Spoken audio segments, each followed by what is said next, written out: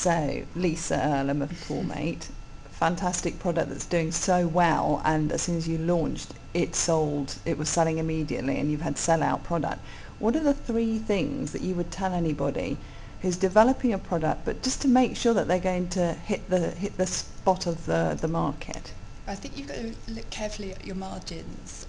If you try and keep your product as low cost to make as you can, that way you can sell it direct to end users. You could also sell it through retailers. And if you've got sufficient margin, you can also sell it through distribution. So that opens up a whole other range of outlets. Right, for so, you. so keeping low development costs really gives you the options on pricing, because you've got enough margin after your That's costs right, to sell it yes. through the different channels. That's really useful, Yeah. very important. Thank you. And the next one? The next one is look after your customers, because they can be your best sales agents. If they love something, they'll go and tell 10 of their friends.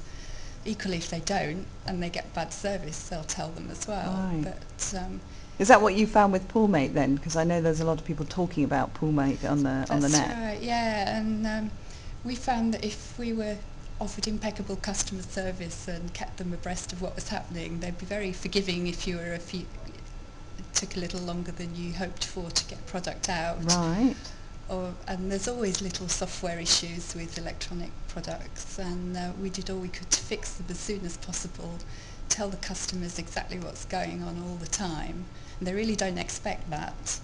So if you can just offer them really good customer service, Yeah. then they'll be extremely forgiving, and they still love the product. So look after your customers, even in a way, but I suppose before you've got them, or That's when you're right. yes. Yeah, that's what we did. We sent out press releases back in July and didn't launch till September.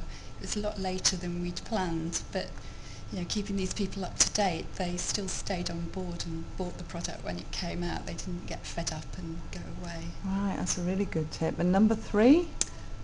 Number 3 is be flexible, I think. So there's no rules in business. You've got to think on your feet and go with the situation, and just try and adapt to everything you get thrown at you. And some things will catch you unaware, but if you don't have any set rules in your head, then I think that helps to cope with It's more things. almost like ignorance is bliss or something. Is that what you're saying? I think so. I mean, we've dealt, our biggest customer is a single guy who had a web design company and wanted to start selling the Poolmate.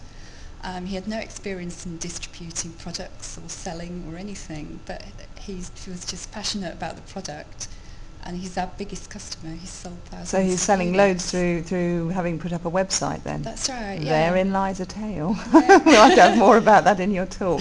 Thank you so much, Lisa.